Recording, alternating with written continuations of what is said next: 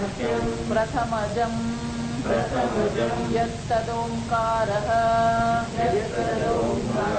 एवं ओंकारात्मकम् ओंकार प्रतीकत्वात् परं हि ब्रह्म शब्दादि उपलक्षण अनर्हम् सर्वधर्म विशेषवर्जितम् अतः न शक्यम् अतीन्द्रियगोचरत्वात् केवलेन मनसा अवगामितुम् ओंकारे तु विष्णु आदि प्रतिमास्थानीये भक्त्यावेशित ब्रह्म भावे ध्यायिनां तत्प्रसीदति इति अवगम्यते शास्त्र प्रामाण्यात् तथा अपरंच ब्रह्म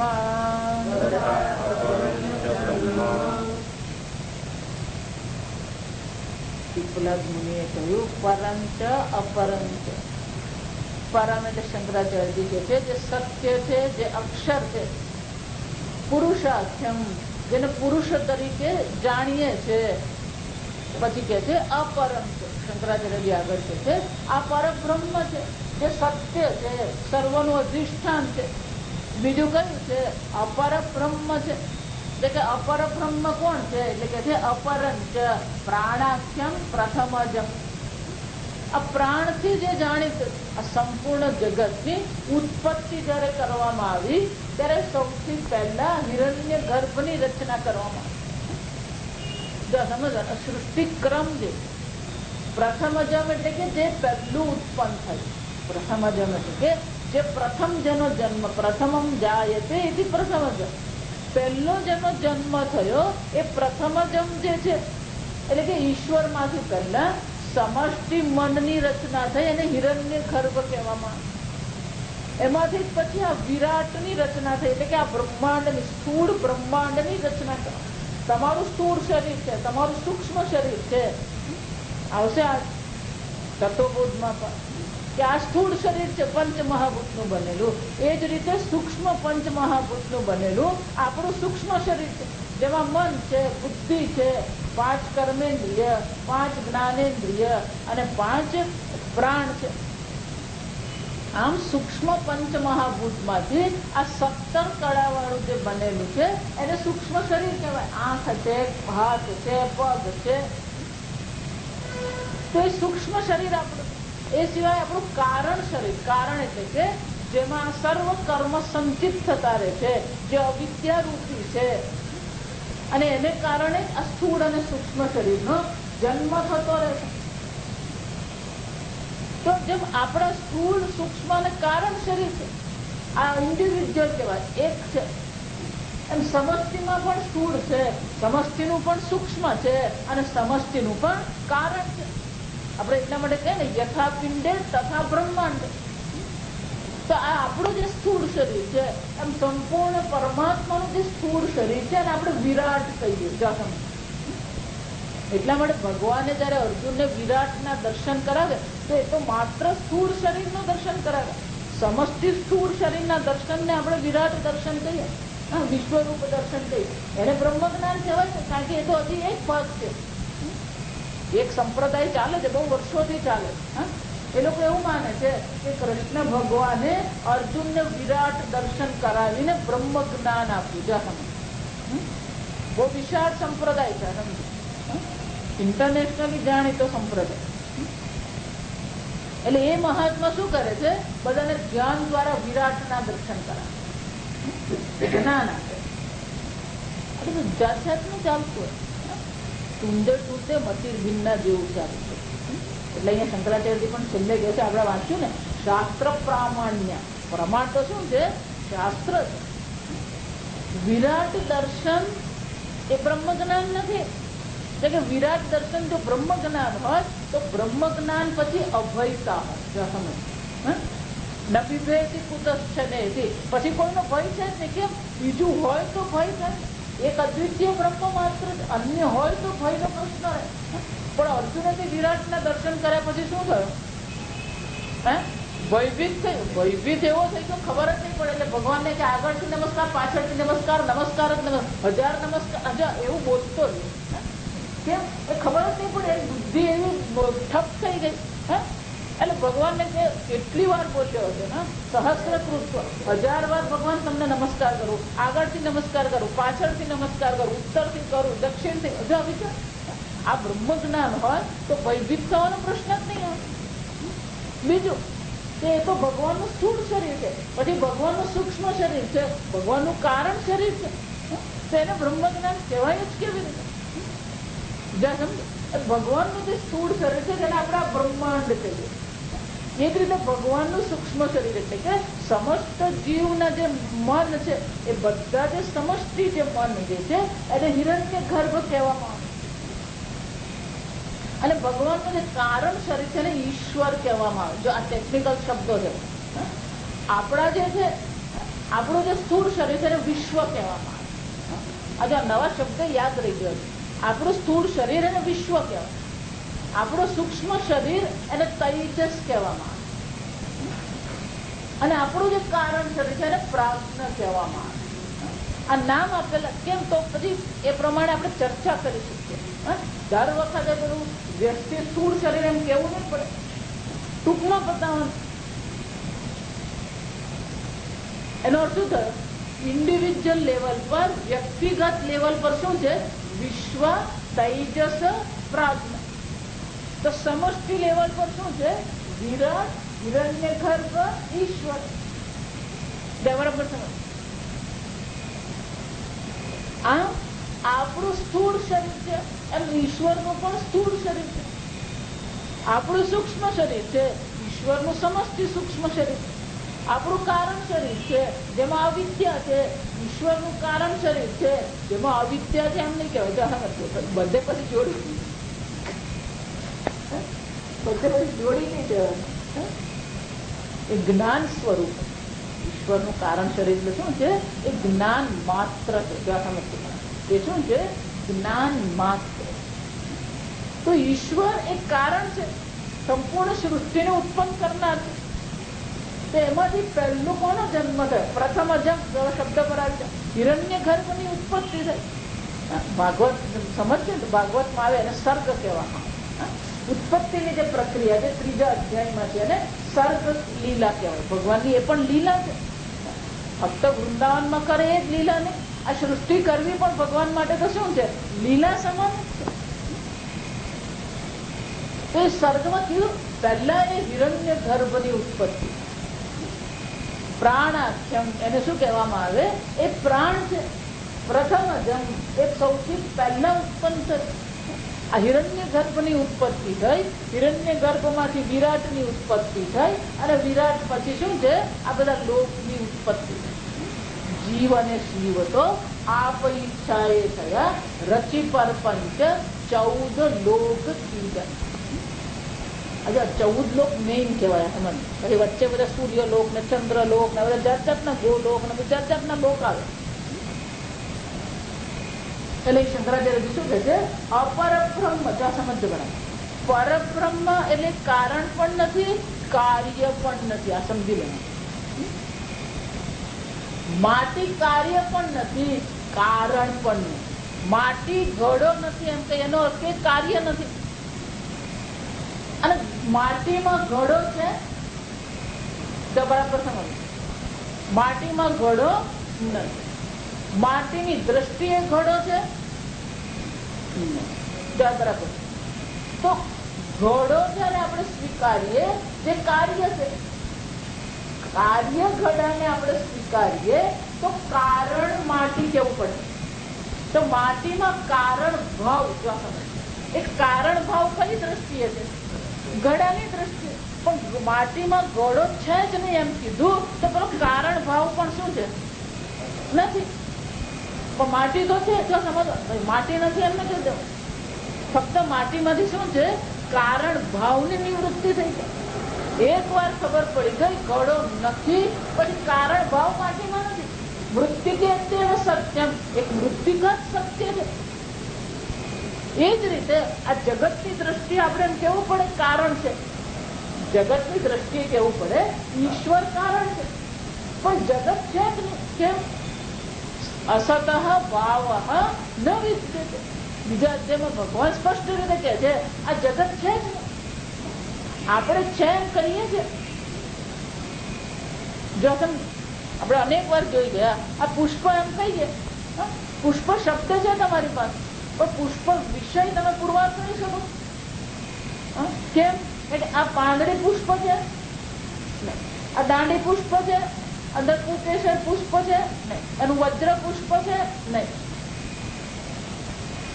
જે અપુષ્પ છે તો સમજો, જે પુષ્પ નથી એ ભેગા થઈને પુષ્પ બનાવી શકે? એનો અર્થ છે પુષ્પ નામની વસ્તુ જ નથી. આપણે એક વિશેષ પ્રકારની ગોઠવણને નામ આપીએ. જો આ બરાબર સમજવાનું, વિશેષ પ્રકારની ગોઠવણને આપણે ગંગોટો કહીએ. વિશેષ પ્રકારના રંગ અને ગોઠવણને ગુલાબ કહીએ. વિશેષ પ્રકારના રંગ અને ગોઠવણને શરીર કહીએ.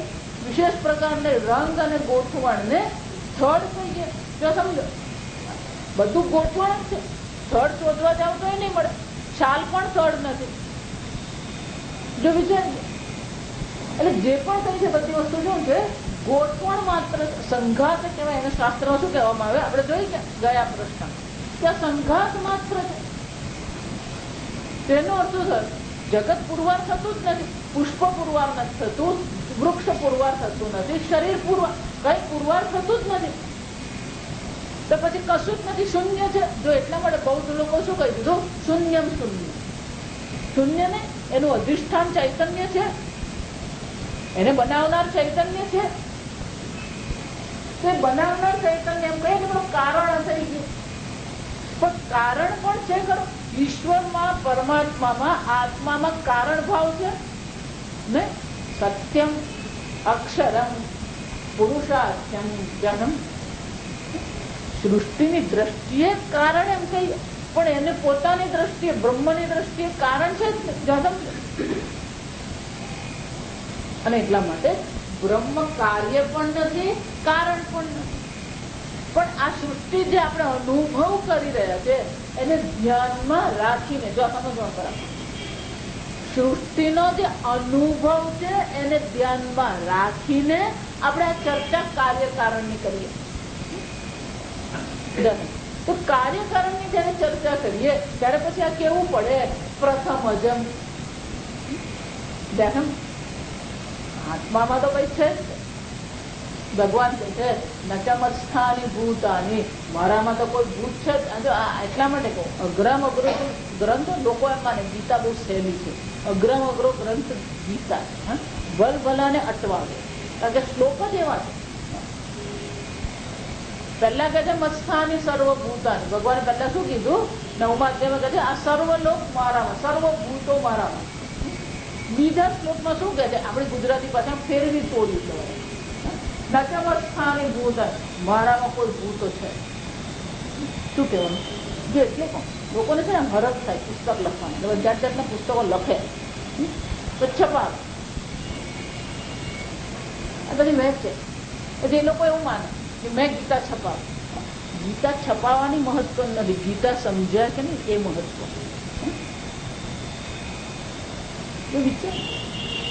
આપણે પાછી બધી ગીતા લાવીને વાંચતા હોય એટલે આપણા મનમાં પછી બધા અર્થો કેવા ગોઠવાતા, ખોટા જ અર્થો. જે એમ છે ને કે મને ગીતા હું લખું છું, અને આ ખાલી 2 જ પ્રશ્ન પૂછવાના, મત્સ્થાની ભૂતાની, નચમસ્થાની ભૂતાની, આ સમજાવવાનું. 2 જ વસ્તુ છે. ક્યાં તો ભગવાનનું ફરી ગયું, ક્યાં તો આપણું ફરી ગયું. 2 જ વસ્તુ શક્યતા છે આ સમજવાનું. અને ભગવાનનું તો હોય ને સર્વજ્ઞ છે. આવું એક જગ્યાએ ને અનેક જગ્યાએ ગીતામાં એને વિરોધાભાસ છે. આ વિરોધ જ્યારે શાસ્ત્રમાં વિરોધાભાસ દેખાય છે એમ નહીં કહેવાય, સમજવાનું. આપણને લાગે ત્યારે તર્કથી પહેલા શું કહેવામાં આવ્યું, પછી શું કહેવામાં આવ્યું, એ જોઈને આપણે નિર્ણય કરવો પડે કે આનો અર્થ શું કરી શકાય. ઘડાની દ્રષ્ટિએ એમ કેવું પડે, સર્વ ઘડાઓ માટીમાં છે. મત્સ્થાની સર્વ, માટી કહી શકે, મત્સ્થાની સર્વભૂતાની, આ સર્વ ઘડાઓ મારામાં છે. કઈ દ્રષ્ટિએ? ઘડાની દ્રષ્ટિએ. માટીની દ્રષ્ટિએ એટલે પોતાની દ્રષ્ટિએ માટી શું કહી શકે? નચ મત્સ્થાની ભૂત, મારામાં કોઈ ભૂત, મારામાં કોઈ ઘડા છે. બે દ્રષ્ટિ છે, એક અજ્ઞાનીની દ્રષ્ટિ છે, બીજી જ્ઞાનીની દ્રષ્ટિ. ગીતામાં એટલે ભગવાન કહે છે જ્ઞાનીના લક્ષણ, યા નિશા સર્વભૂતાનામ તસ્યામ જાગૃતિ સંયમ. રાત દિવસ જે ભૂગોળ હોય એની દિવસ કયો કહેવાય? રાત્રિ. અને આપણા માટે જે રાત્રિ છે, આપણા માટે જે દિવસ છે, ભૂગોળ માટે શું કહેવાય? રાત્રિ કહેવાય. ભૂગોળ એટલા ને અનેક નિશાચર પ્રાણીઓ છે. જો સમજ નિશાચર, પેલા રાક્ષસો પણ હોય એને નિશાચર છે. દિવસે શું કરી જાય? ઊંઘી જતા. આમ દ્રષ્ટિ બે છે, જ્ઞાનીની દ્રષ્ટિ છે, બીજી અજ્ઞાનીની દ્રષ્ટિ. જ્ઞાનીની દ્રષ્ટિએ કેવું પડે નચ મત્સ્થાની ભૂતાની, અજ્ઞાનીની દ્રષ્ટિએ કેવું પડે મત્સ્થાની સર્વભૂતાની. એટલા માટે કીધું પરબ્રહ્મ એટલે તેમાં કાર્ય પણ નથી, કારણ પણ નથી. અપર બ્રહ્મ એટલે કે પ્રથમ અજમ, એની શરૂઆત ક્યાંથી થઈ? જો સમજો, એટલે હિરણ્ય ગર્ભથી પરબ્રહ્મ નથી. કયું છે? અપર બ્રહ્મ. કાર્ય કારણ રહિત બ્રહ્મ માત્ર છે. પછી જે બધું છે શું છે? અપર બ્રહ્મ છે. હિરણ્ય ગર્ભથી માંડીને બધી વસ્તુ કઈ કહેવાય? અપર બ્રહ્મ. શંકરાચાર્ય કહે છે પહેલું અપર બ્રહ્મ શું છે? પ્રથમ અજમ પ્રાણાખ્યમ. શાસ્ત્રમાં એને હિરણ્ય ગર્ભને શું કહેવામાં આવે? પ્રાણ કહેવામાં આવે. શંકરાચાર્ય કહે છે યત ઓંકાર એવ.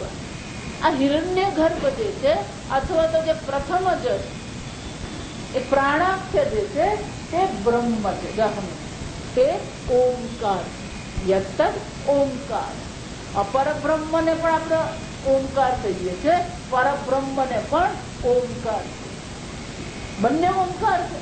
આગળ જોઈશું એટલે ખબર પડશે કે કાર્યકારણની દ્રષ્ટિએ પણ ઓંકારનો અર્થ છે. કાર્યકારણ રહિત બ્રહ્મ પણ શું છે? ઓંકારનો અર્થ થાય. એટલે બહુ સુંદર ચર્ચા છે. પણ અહીંયા ચર્ચા શાની છે? પ્રયાણાંતમ અભિધ્યાયિત, મૃત્યુ પર્યંત જેને ધ્યાન કર્યું. એટલે આખી આ ઉપાસનાની ચર્ચા છે. એટલે બધે ધ્યાનની ચર્ચા આવવાની. બીજી વસ્તુ સમજો, ધ્યાન એમ કહીએ ને એટલે એનો વિષય હોય. ધ્યાન એમ કહીએ એટલે શું થાય? એનો વિષય અવશ્ય. જયારે અપર બ્રહ્મ ધ્યાનનો વિષય હોય એને ધ્યાન કહેવામાં આવે. પણ જયારે પરબ્રહ્મ ધ્યાનનો વિષય હોય એને નિધિધ્યાસન કહેવાય. એને ધ્યાન નહીં કહેવાય. એને શું કહેવામાં આવે? નિધિધ્યાસન કહેવાય. બ્રહ્મચિંતન છે, આત્મચિંતન. છઠ્ઠા અધ્યાયમાં ભગવાને જે ચર્ચા કરી એ ધ્યાનની ચર્ચા નથી. આત્મસંસ્થમ મનકૃત્વા ન કિંચિત અપી ચિંતયન. એ શું છે? નિધિધ્યાસન છે. ધ્યાન યોગ કહીએ ખરા, પણ ત્યાં આ પરબ્રહ્મની ચર્ચા નથી કરી. ત્યાં ચર્ચા કોની કરી છે? પરબ્રહ્મની ચર્ચા છે. અને જો પરબ્રહ્મની ચર્ચા હોય તો એ ત્યાં ધ્યાન નથી, પણ એ શું છે? નિધિધ્યાસન છે. સંપૂર્ણ છઠ્ઠો અધ્યાય એ નિધિધ્યાસન છે. અને એટલા માટે સ્વામીજીએ પણ એ સમજાવવા માટે અનેક પાના, 100 ઉપર 120 પાના છે છઠ્ઠા અધ્યાયના. જ્યાં સમજો કેમ? કારણ કે પહેલું તો આપણા મગજમાં ધ્યાન કોને કહેવાય એ સમજાવવું પડે, ધ્યાન પછી નિધિધ્યાસન કોને કહેવાય એ સમજાવવું પડે, અને પછી આખા અધ્યાયનો અર્થ કઈ રીતે લેવાનો છે? નિધિધ્યાસનની દ્રષ્ટિએ અર્થ લેવાનો. અપર બ્રહ્મનું ધ્યાન છે જ નહીં.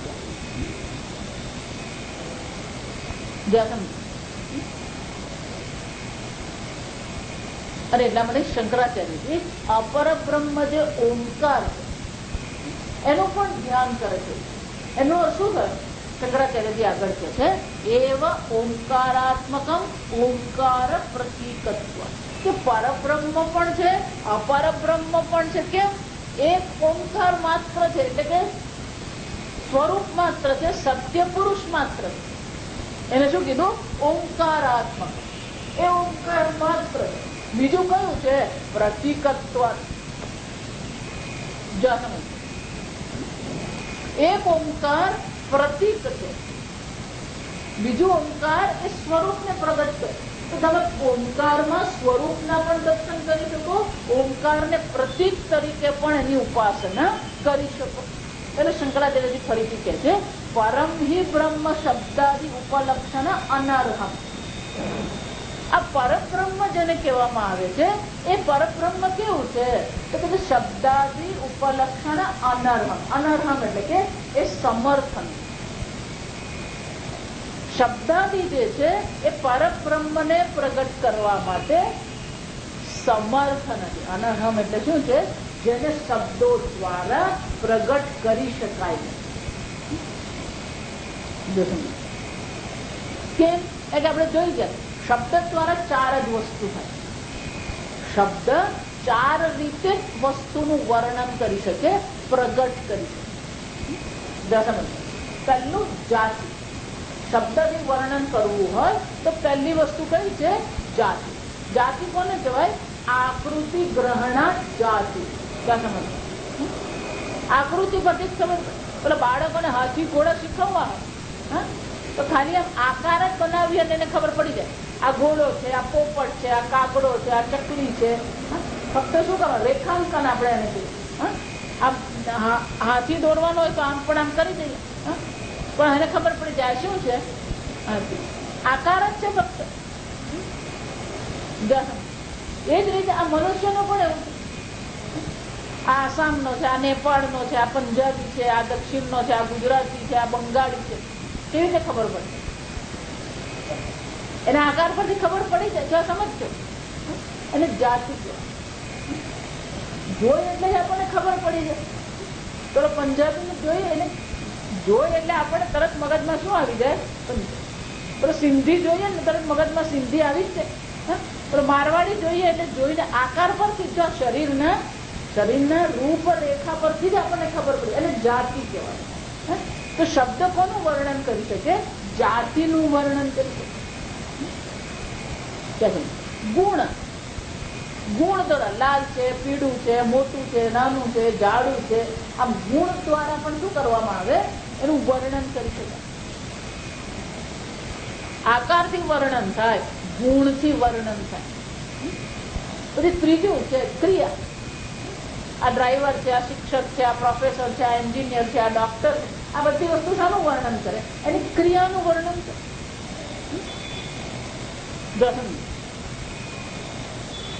તો આત્મા કેવો છે?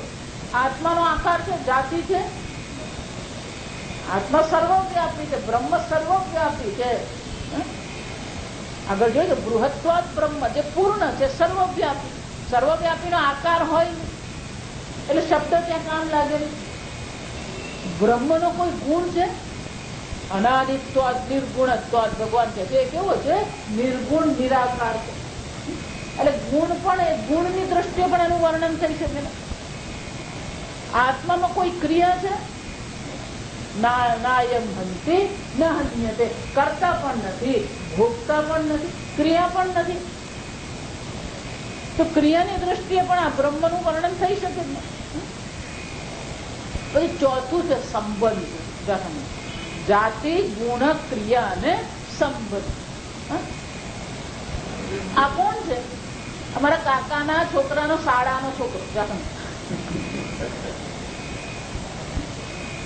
બ્રહ્મ એક અદ્વિતીય છે, સંબંધ શક્ય નહીં. બ્રહ્મ નિર્ગુણ, નિરાકાર, નિષ્ક્રિય અને એક અદ્વિતીય છે. એટલે શબ્દ ત્યાં પહોંચી શકે એમ છે.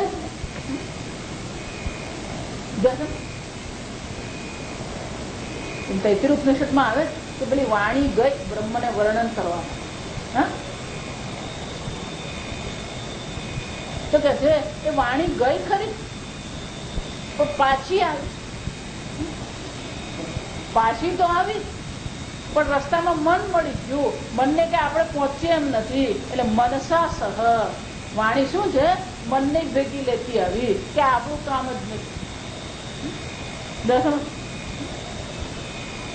વિદ્વાચો નિવર્તનતે મનસા સહ, કેમ વાણીની ત્યાં પહોંચ છે. શબ્દ ત્યાં સીધો એનો શું થાય, એને વાચ્યાર્થ કહેવાય. તમે બોલો છો કંપલસરી તમે બોલવાનું, વાણી પહોંચતી નહીં હોય તો હું ઉપદેશ કરીએ છીએ કયો શબ્દ જ છે. તમે શંકરાચાર્ય છે ને ખાલી એમ કહી જાય શબ્દ આવી, એટલે એના પર એક આખું પ્રવચન કરવું પડે.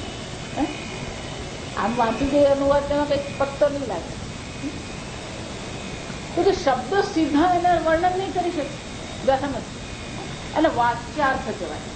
શબ્દમાં પણ પાછા બે આવે, એક વાચ્યાર્થ આવે, બીજું લક્ષણાર્થ આવે.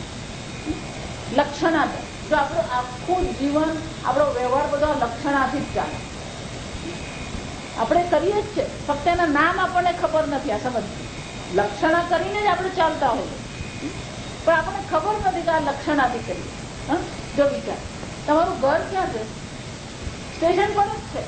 સ્ટેશન પ્લેટફોર્મ પર છે ઘર, કહીએ કે સ્ટેશન પર તમારું ઘર છે. 4 રસ્તા પર, 4 રસ્તા પર ઘર છે.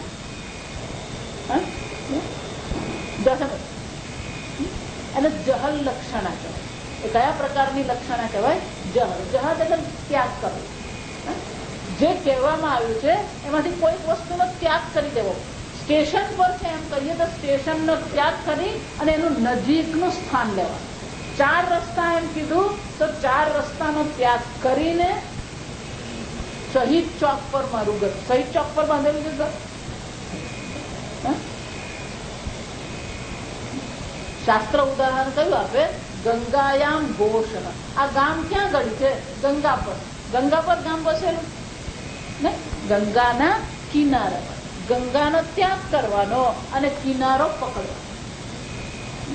હજુ આ સતત આપણે કરતા હોઈએ, કશું નવું નથી. રોજબરોજના તમે હવે વાક્ય બોલો ને ઘરે જઈ ત્યારે તમારે જોવાનું કઈ લક્ષણા. ખાલી અહીંયા જ 1 કલાક વેદાંત એમ નહીં, ઘરે પણ આ લક્ષણાથી જ વાતો કરતા. જહલ લક્ષણ, જેમાં કંઈક ત્યાગ કરવામાં. બીજું છે અજહલ લક્ષણા, ત્યાગ નથી કરવાનો, કંઈક ઉમેરવું પડે. ત્યાગ નહીં કરવાનો. વાક્યમાં જેટલા શબ્દો છે એમાંથી શું છે, એકનો પણ ત્યાગ નહીં કરવાનો. આજે આ માતા પિતાઓ ખાસ હોય, માતા અને પિતાઓ બાળકોને કામ સોંપે ને એમાં ખાસ હોય. આને અજહલ લક્ષણ. એટલે પપ્પા બેસીને કંઈક કામ કરતા ને એકાઉન્ટિંગનું ને કંઈક, પછી કંઈક જરૂર પડે ને, જો તો પેલું લાલ લાવતો, આ ટીપી કર, પેલું લાલ લાવતો, એટલે મમ્મીને એવું જ થાય. પછી શાસ્ત્ર બહુ સરસ છે. શાસ્ત્રનું ઉદાહરણ થયું છે શ્વેતો ધાવતી. આ સફેદ દોડી રહ્યો તો સફેદ રંગ દોડે, એમાં ઉમેરવું પડે. શું છે? શ્વેત અશ્વ ધાવતી. અને અજહલ લક્ષણ સંદર્ભ આપણી પાસે હોય ને એટલે આપણને ખબર પડી જાય. આજે આ બધે જ આવું હોય. આપણું આખું જીવન આ લક્ષણા પર જ, જહલ લક્ષણા હતો, અજહલ લક્ષણા પર જ આપણે ચાલીએ. વાચ્યાર્થ બહુ ઓછો હોય આપણા જીવન. આપણે બોલીએ ને બધામાં પણ શું થતું હોય, આ વાચ્યાર્થ ઓછો હોય, લક્ષણા શું છે વધારે હોય. મોટું જોઈએ તો નાનું ક્યાં લાગે? મોટું એટલે શું? અરે મોટું તપેલું જોઈએ. પણ મોટું એમ કહેલું પેલા સમજી જાય, એટલે પેલું નાનું મૂકીને શું કરે? મોટું લઈ જાય. જો આ વાતો કરીએ ને એમાં પણ આ લક્ષણા શોધવાની. વ્યવહારમાં આપણે સતત જોવું પડે કે આપણે એ લક્ષણા કરીએ છીએ, જહલ લક્ષણા ને અજહલ લક્ષણા. અમે લોકો પણ આ વાતો કરતા પછી એમ તરત જ અટકી પડી કઈ લક્ષણા આપણે વિચારવું પડે. આ અજહલ લક્ષણા છે, આ જહલ લક્ષણા છે. આમ સતત વેદાંત એટલે ખાલી સવારે 1 કલાક ને સાંજે 1 કલાક નહીં, આપણું જીવન બનવું જોઈએ. આ લક્ષણા જોવી જોઈએ. એ જહલ લક્ષણા ને અજહલ લક્ષણા, 2 લક્ષણા. ત્રીજી લક્ષણા છે, જો સમજ. એને જહલ અજહલ બંને જ આવે. કઈ છોડવાનું પણ છે અને કઈ રાખવાનું પણ. જહલ અજહલ લક્ષણ. તમે લગ્નમાં જાઓ, તમારો મિત્ર છે, ખાસ મિત્ર છે, અને દીકરાના લગ્ન હોય એટલે કે ના તારે તો સુરત આવવું જ પડે એટલે જાઓ. પણ ત્યાં ગયા પછી ત્યાં મળ્યા, બધાને વાતો કરી,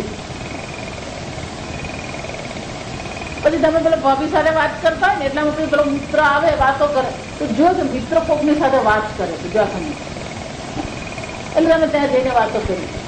તો પેલો બીજો જેની સાથે વાત કરે એના પર તમે નજર કરો છો, એ ઓળખતા નહીં. એ હશે કોઈ સગું હોય એટલે મિત્ર અને એને ઓળખ્યો કે નહીં? જા તમે ઓળખ્યો ના કોણ? આ આપણો નરેશ પાપડ તોડ. જા તમે તરત શું યાદ આવે? હા, હોસ્ટેલમાં કોણ હતો? પેલો નરેશ. જા તમે આ આપણો નરેશ. જા તમે આમાં શું થયું? જહલ અને અજહલ. આ સમજો. એને શું કહેવાય? એતદ કાલ. આ કાળમાં જે નરેશ છે તત્કાલ નરેશ. એ બંનેમાં શું કરવું પડે? ત્યારનો જે નરેશ હતો કેવો હતો? સાવ ટુકડો પાતો અને કપડાના ઠેકાણા નો હોય, શર્ટ પહેર છે, બટન ઊંચું નીચું બધું ચાલ્યા. આપણી પાસે લગર વગર રહેવા વાળો પેલો ડુગરો પાત્ર શું છે? નરેશ. અને અત્યારે તે કેટલો છે? 100 કિલો. 100 કિલો નો નહીં, આમ ફર્સ્ટ ક્લાસ આમ સૂટ પહેરીને આવેલો. એટલે આપણને એ પેલું કનેક્શન નહીં થાય. એટલે કોકે આપણને શું કરવું પડે? એને જોઈએ છે. જો સમજો, પ્રત્યક્ષ છે, વ્યક્તિ તો પ્રત્યક્ષ જ છે. તમે એને જુઓ છો ઓળખ નથી. જો સમજો એટલે આ બ્રહ્મનું એવું જ છે, પ્રત્યક્ષ છે પણ ઓળખતા નથી. તકલીફ આ જ છે. કોકે શું કરવું પડે? આપણને ઓળખાણ કરાવવી પડે. આ આપણો નરેશ. જો સમજો એ ત્રિપુટી હતી. એ શું છે? એ ત્રિપુટી. તો શું કરવું પડે? આ કાળમાં જે નરેશ છે જે 100 કિલો, પેલો જે નરેશ છે કેવો છે? પાપડ તોડ છે. એ બંનેને ત્યાગ કરી દેવાનો અને જે સામાન્ય જે નરેશ જીવ જે છે સમજો એને રાખવાનો છે. બંનેમાં નરેશ કોણ છે? સામાન્ય છે. જહલ પણ છે, અજહલ પણ છે. જા સમજો. શાસ્ત્ર શું કહે છે? સોયમ દેવદત્ત. આ એ દેવદત્ત છે. કોણ? આપણે સાથે ગુરુકુળમાં ભણેલા એ સોયમ દેવદત્ત. એ જ રીતે આ બ્રહ્મ જ્ઞાન જે છે વાચ્યાર્થથી નહીં થાય, પણ છેવટે તો ઉપદેશ જ છે. ગીતામાં પણ ભગવાન કહે છે ઉપદેશંતિ તે જ્ઞાનમ જ્ઞાનિનઃ તત્વદર્શિનઃ. જ્ઞાની તમને આ ઉપદેશ જ કરે. પણ કઈ રીતે? વાચ્યાર્થ નહીં, પણ કઈ રીતે કરે છે? લક્ષણા દ્વારા ઉપદેશ કરે. કેમ? જો સીધું તમને ઉદાહરણ આપણને ખબર પડે. તરંગ અને સમુદ્ર. તરંગ અલ્પ છે. તરંગ કેવો છે? અલ્પ છે. એનો જન્મ થયો છે, એનું મૃત્યુ. સમુદ્ર વિશાળ છે, એનો જન્મ પણ નથી, એનું મૃત્યુ પણ નથી. મહાન છે. સર્વ તરંગોનું કારણ કોણ છે? સમુદ્ર. સમુદ્રમાંથી તરંગ ઉત્પન્ન થયા, સમુદ્રમાં જ રહે છે અને સમુદ્રમાં જ લય પામે. તરંગ કાર્ય છે, સમુદ્ર કારણ છે.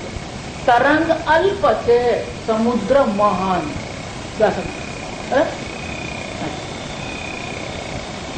જો વાક્ય બરાબર છે.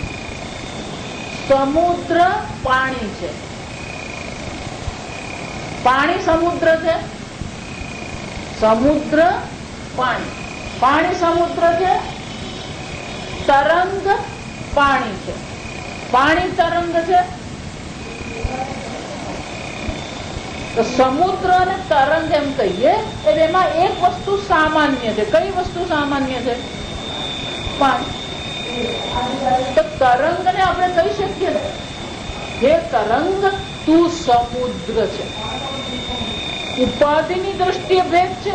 એક અલ્પ ઉપાધિ છે બીજી મહાન ઉપાધિ. એક ઉપાધિ કેવી છે? અલ્પ. જે ભેદ જે છે સમુદ્ર અને તરંગનો જે ભેદ છે એ કઈ દ્રષ્ટિએ છે? ઉપાધિની દ્રષ્ટિએ. પણ ઉપાધિ સત્ય છે તો ભેદ સત્ય છે? ભેદ તો સત્ય જ નહીં. હું ને જીવ જસમ આજ દ્વૈતવાદીઓનો આજ મુશ્કેલ. એ લોકો ઉપાધિને સત્ય માની લે. તર્ક બહુ મજાનો.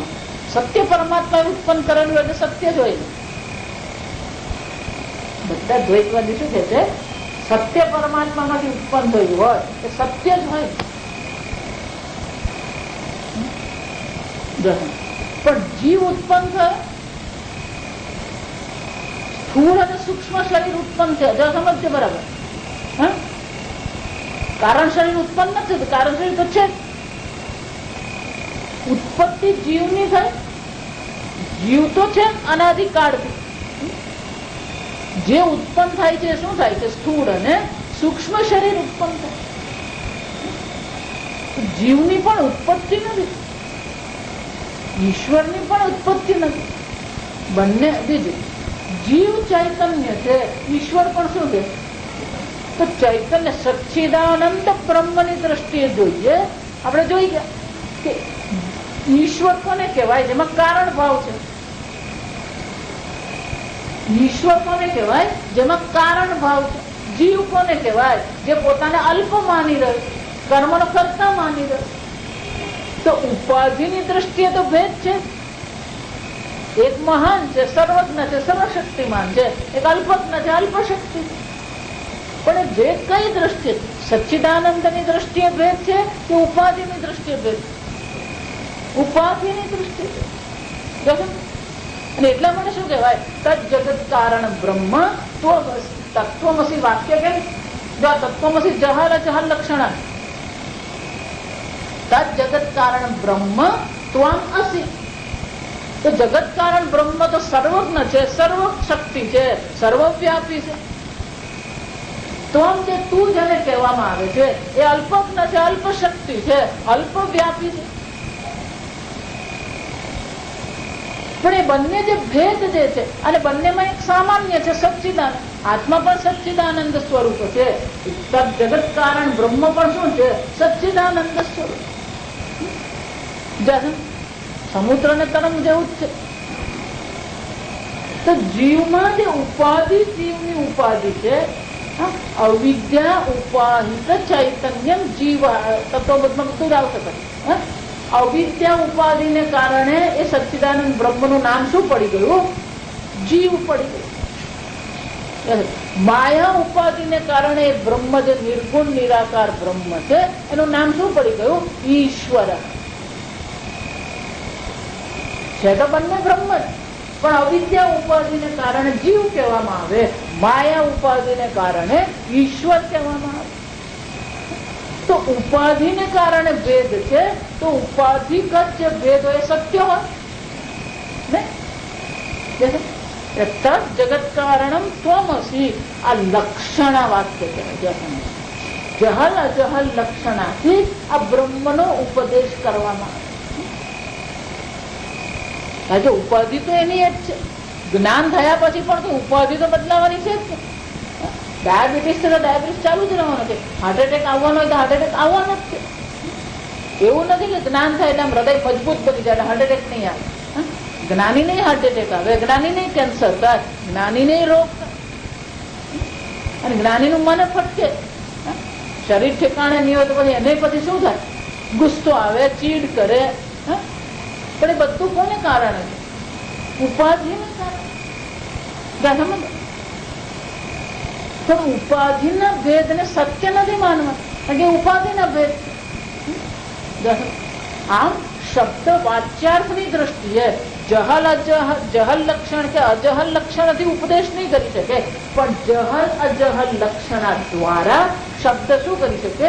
આ બ્રહ્મ જ્ઞાનનો ઉપદેશ કરી શકે. આ સમજ. આખું શાસ્ત્ર એ પ્રકારે જ ચાલે. ગીતામાં પણ એ જ છે.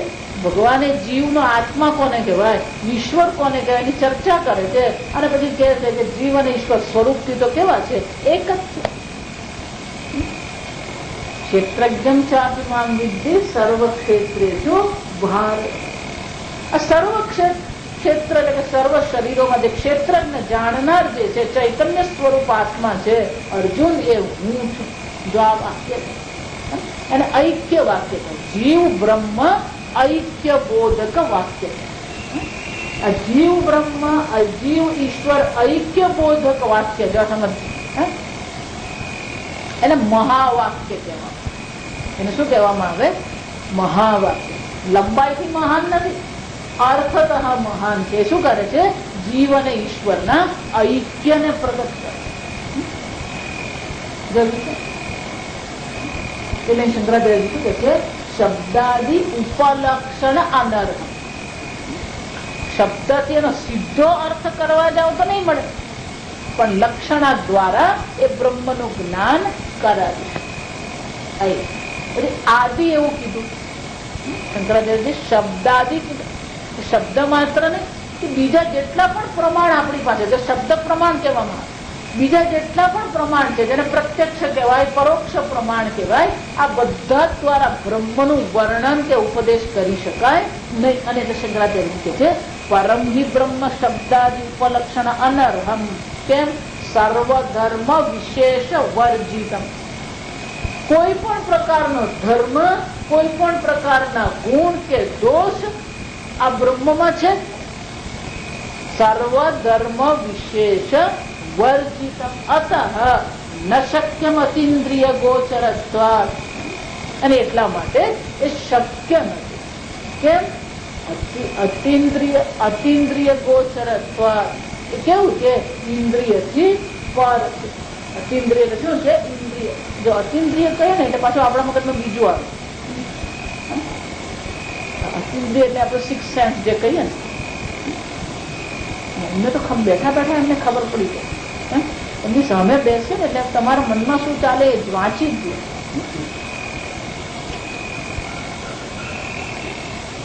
વેદાંતમાં આવે ને એટલે પહેલી વસ્તુ સમજી લેવાની, ચમત્કાર ભૂલી જવાની. ચમત્કાર કોને કહેવાય? જયારે એ ઘટના બને ને, એ ઘટના બનવા પાછળનું કારણ આપણને નહીં ખબર હોય એટલે આપણે એને શું કહીએ? કારણ ખબર પડી ગઈ પછી શું છે? ઘટના કહેવાય. ચમત્કાર નહીં કહેવાય, પછી એ શું કહેવાય? ઘટના કહેવાય. સમજો, જેટલા પણ આપણે ચમત્કાર જોતા રહીએ છીએ એ બધા ચમત્કાર નથી, એની પાછળ કઈ કારણ છે. એ કારણ આપણને સ્પષ્ટ નથી એટલે આપણે ચમત્કાર માનીએ. વેદાંત એટલે પેલું કારણ ને જોવાનું, ચમત્કાર ને નહીં જોવાનું. કારણ પર જવાનું, આ જગતના કારણ ને શોધવાનું, જન્મના કારણ ને શોધવાનું, એને વેદાંત કહેવાય. મૂળમાં જવાનું, એને શું કહેવાય? એના મૂળ ને આપણે પકડીએ. ઉપર જે દેખાય એને પકડવાની જરૂર નથી. એટલે શંકરાચાર્ય શું કહે છે? અતિન્દ્રિય ગોચરત્વ. એક પ્રત્યક્ષ પ્રમાણ, અનુમાન પ્રમાણ, અર્થાપત્તિ. જો આપણે જોઈ ગયા પ્રત્યક્ષ 5 ઇન્દ્રિય દ્વારા જે કરીએ એને પ્રત્યક્ષ પ્રમાણ છે. પછી અનુમાન છે. અનુમાન એટલે કે પર્વત ધૂમવાન. આ પર્વતમાં ધુમાડો છે તો ધુમાડો છે એનો શું થયો? વહ્નિવાન. પર્વત પર આગ લાગી. કોને કારણે? ધૂમત્વ. એને અનુમાન કહેવામાં. કેમ? કે ધુમાડો અને અગ્નિ આપણે સાથે જોયા છે. જ્યાં જ્યાં ધુમાડો હોય ત્યાં અગ્નિ હોય. અર્થાપત્તિ, બધું ભીનું જોઈએ રાત્રે એટલે આપણે શું કહીએ? વરસાદ પડે. અને અર્થાપત્તિ ઉપમા કોના જેવું છે? આના જેવું છે. એટલે ઉપમા આપવામાં આવી હોય પછી જયારે વસ્તુ જોઈએ તરત આપણને ખબર પડી જાય આ એ જ વસ્તુ છે. આ જ્ઞાન આપવામાં આવે. અનુપલબ્ધિ, જો આપણે અનેક વાર જોઈ ગયા. અનુપલબ્ધિ એટલે શું છે? મારા હાથમાં સસલું છે, દેખાય તો સસલું નથી એ જ્ઞાન થયું કે નહીં તમને? હા, અનુપલબ્ધિ કહેવાય. એટલે નથી એનું પણ આપણને શું થાય છે? જ્ઞાન થાય. અનુપલબ્ધિ પ્રમાણે. ખાલી બરણી, આ જો સમજજો, આપણું મોટે ભાગેનું જ્ઞાન બધું અનુપલબ્ધિથી જ ચાલે. બરણીમાં અથાણું ક્યારે ભરીએ? ખાલી છે એમ ખબર હોય તો, ખાલી છે એમ ખબર હોય તો. એનો શું થયો? પેલું અનુપલબ્ધિ જ્ઞાન છે, ખાલીપણાનું જ્ઞાન એનો શું થયો? અનુપલબ્ધિ. ભોજન ક્યારે કરીએ? પેટ ખાલી છે એમ જ્ઞાન હોવું જોઈએ. ધારો કે મગજમાં એમ થઈ ગયું પેટ ભરેલું છે તો તમે ચાલો છો કેમ? આગળ ખાલી છે, આગળ કશું જ નથી. જ્ઞાન છે ને, અનુપલબ્ધિ જ્ઞાન છે ત્યાં. સમજો, આ બધો વ્યવહાર આપણો અનુપલબ્ધિથી જ ચાલે. હું તમને ઉપદેશ કરી શકું કેમ? મને ખબર છે કે આ સમજ તમારામાં નથી.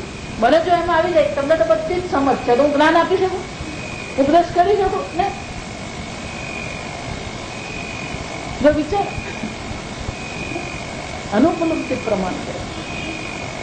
પણ શબ્દ આ સમજશે, ષડ પ્રમાણ કહેવાય. જો પ્રત્યક્ષ એક પ્રમાણ, પછી અનુમાન, પછી અર્થાપત્તિ, પછી ઉપમા, અનુપલબ્ધિ, 5 પ્રમાણ છે. અને છઠ્ઠું શબ્દ પ્રમાણ. શબ્દ પ્રમાણમાં પાછું વાક્ય તો કામ લાગે જ નહીં. કયું કામ લાગે? લક્ષણાધિક કામ. અને એટલે શંકરાચાર્યજી કહે છે અતિન્દ્રિય ગોચરત્વ, એ ઇન્દ્રિયોથી ગોચર થતો નથી. એટલું જ નહીં, શબ્દાદિ દ્વારા પણ એને આપણે જાણી શકતા નથી. આ પરબ્રહ્મ છે, પણ એને જાણી શકાતું નથી. એનો અર્થ એવો નહીં થયો કે તો પછી જ્ઞાન થાય જ નહીં. શંકરાચાર્યજી શું કહે છે?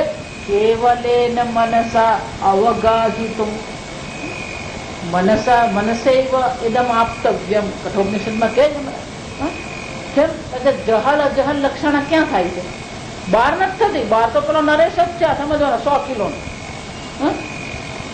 જહલ અજહલ લક્ષણ ક્યાં થાય છે? મનમાં. મનમાં થાય એટલે કે સમજ કેળવાય. સમજ તો ક્યાં આવે છે? મનમાં. મનસેવ ઇદમ આપતવ્યમ. મન દ્વારા જ એને સમજવાનું છે. કારણ કે પ્રમાણ તો છેવટે આપણા માટે મન બુદ્ધિ જ છે. ગીતામાં પણ ભગવાન કહે છે સુખમ આત્યંતિકમ યત્તદ બુદ્ધિગ્રાહ્યમ અતિન્દ્રિયમ. જો આ સમજ છે, બુદ્ધિથી એને આપણે ગ્રહણ કરી શકીએ, સમજી શકીએ. ગ્રહણ કરી શકીએ એટલે બુદ્ધિથી સમજી શકાય, પણ ઇન્દ્રિયથી એને ગ્રહણ કરી શકાય નહીં. જો એટલે આ બીજા કેટલાક સંપ્રદાયો છે, એ બધા શું માને છે? પરબ્રહ્મ તો આત્મા તો મનથી પણ પર છે. કોઈ વસ્તુ આત્માથી પર નથી. આ સમજ બધું આત્મામાં જ છે. મત્સ્થાની સર્વભૂત. મનનું અધિષ્ઠાન પણ એ ચૈતન્ય આત્મા છે. ચૈતન્ય આત્મામાંથી મન ઉત્પન્ન થયું. ચૈતન્ય આત્મામાં જ મનના વિચારો રહે છે, અને ચૈતન્ય આત્મામાં જ મનના વિચારો શું થાય છે? લઈ પણ. તો મન આત્માથી પર છે, આત્મા મનથી પર છે. મન આત્મા જ છે, ઘડો માટી છે, એ મન ચૈતન્ય સ્વરૂપ આત્મા છે જ. સમજ. આમ બુદ્ધિ દ્વારા આપણે શું કરવાનું છે? સમજવાનું છે. અને એટલે શંકરાચાર્યજી કહે છે જો આ બધા પ્રમાણ કામ નહીં લાગતા હોય તો પછી આપણે એવું નક્કી કરવું પડે કોઈને બ્રહ્મ જ્ઞાન થઈ શકે જ નહીં. એટલે શંકરાચાર્યજી કહે છે કેવલેન મનસા અનુગ્રહિતુમ. આ પરબ્રહ્મ છે એ કેવું છે? ફક્ત મન દ્વારા, સમજદારી દ્વારા જ આપણે એને શું કરી શકીએ? ગ્રહણ કરી શકીએ. અવગાહિતું. અવગાહિતું એટલે કે અવગાહન બહુ સરસ શબ્દ, એમાં ડૂબકી મારી છે. અવગાહન એટલે શું છે? એમાં ડૂબકી મારી એટલે કે એને સમજી શકીએ. પછી બોલો અપરબ્રહ્મ કેવું છે? જો આ સમજાય છે ને પછી અપરબ્રહ્મ બહુ સરળ છે. આ સમજ અપરબ્રહ્મ કેવું છે? એટલે કે છે ઓંકારે તો વિષ્ણુ આદિ પ્રતિમા સ્થાનીય. એ જ રીતે પરબ્રહ્મ છે એ સ્વરૂપ છે, જે જગત કારણ છે, જેમાં કારણ ભાવ પણ નથી, જેને આપણે મન દ્વારા, ઉપદેશ દ્વારા જાણી શકીએ. પણ એ જ ઓંકાર જે પરબ્રહ્મ છે એ જ ઓંકારમાં જો સમજો, અર્થ સમજો. ઓંકાર બ્રહ્મ છે એમ કહીએ ત્યારે સ્વરૂપ છે. ઓંકાર બ્રહ્મ છે એમ કહીએ ત્યારે સ્વરૂપ છે. ઓંકારાત્મકમ એને કહેવાય. પણ એ જ ઓંકારમાં જો સમજો એટલે ઓંકારે સપ્તમી વાપરે શંકરાચાર્ય. ઓંકારે તું એટલે શું છે? પેલું જે સમજાવવામાં આવ્યું એનાથી બિલકુલ વિલક્ષણ. જયારે પણ તું શબ્દ વાપરવામાં આવે સમજી જવાનું પહેલા જે સમજાવવામાં આવ્યું છે એનાથી વિલક્ષણ કઈ કહેવામાં આવ્યું. પેલું પરબ્રહ્મ હતું, આ શું છે? અપરબ્રહ્મ. એટલે કે છે ઓંકારે તું વિષ્ણુ આદિ પ્રતિમા સ્થાનીય ભક્ત્યા આવેશિત બ્રહ્મ ભાવે ધ્યાયી નામ તત્ પ્રસિદ્ધતિ. તત્ પ્રસિદ્ધ એ પ્રસન્ન થાય, આપણા પર અનુગ્રહ કરે. ઓમકારમાં શું કરવામાં આવે છે? વિષ્ણુ આદિ પ્રતિમા સ્થાનીય. જો સમજવા, સ્થાનીય એવું કીધું અને એ કઈ દ્રષ્ટાંત આપે. શાલિગ્રામે વિષ્ણુ બુદ્ધિ, શાલિગ્રામે વિષ્ણુ બુદ્ધિ અને અધ્યાસ કહેવામાં. અતસ્મિન તદ્બુદ્ધિ, એની વ્યાખ્યા શું કહેવાય? અતસ્મિન તદ્બુદ્ધિ, જે નથી, અતદ એટલે જે તે નથી એમાં તે જો. શાલિગ્રામ એક પથ્થર છે, શિવલિંગ એક પથ્થર છે, જો સમજજો. પણ એમાં શું કરવામાં આવે છે? શિવશંકર ભગવાનનો ભાવ કરવામાં. માતાજીનું મંદિર એમ કહીએ, જો આ બરાબર સમજવાનું, તો ત્યાં જે છે તો આરસની મૂર્તિ જ છે, એટલે આરસ તો પથ્થર જ છે. વિશેષ આકારનો આરસનો શું છે? ત્યાં પથ્થર માત્ર છે. પણ આ અંબામાં છે શું કહેવામાં આવે? એના પર આરોપ કરવામાં. અને આરોપ કર્યા પછી એની આપણે પૂજા પાઠ કરીએ, પ્રાણ પ્રતિષ્ઠા, જો બધું થાય પછી. શાલિગ્રામે વિષ્ણુ બુદ્ધિ. શાલિગ્રામ એટલે કે કાઠમંડુ પાસે ગંડકી નદીમાંથી મળતા જે પથ્થરો છે, ગંગાની એક શાખા ગંડકી નદી, એ પશુપતિનાથ નેપાળથી ઉપરથી નીકળે.